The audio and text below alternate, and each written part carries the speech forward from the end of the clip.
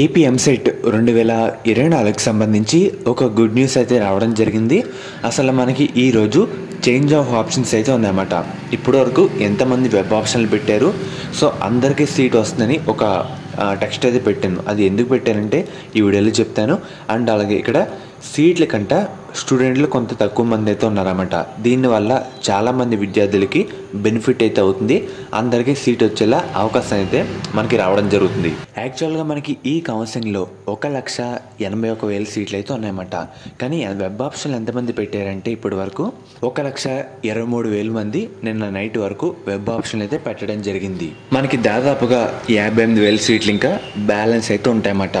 ఇలా చూసుకున్న ఎవరైతే నీట్గా జాగ్రత్తగా వెబ్ ఆప్షన్లు పెట్టి ఉంటారో వాళ్ళందరికీ ఫస్ట్ ఫేజ్లోనే సీట్ అయితే అలాట్ కావడం జరుగుతుంది. ఎందుకంటే సీట్లు ఎక్కువ, స్టూడెంట్లు తక్కువ అయితే ఉన్నారన్నమాట. ఇది చాలామందికి ఎవరైతే బాగా యూజ్ చేసుకుంటారో, వెబ్ ఆప్షన్లు బాగా పెట్టి ఉంటారో అందరికీ తప్పకుండా పక్కాగా సీట్ అయితే రావడం జరుగుతుంది. ఎందుకంటే మీరే చూస్తున్నారు కదా ఎంత డిఫరెన్స్ అనేది ఉందో.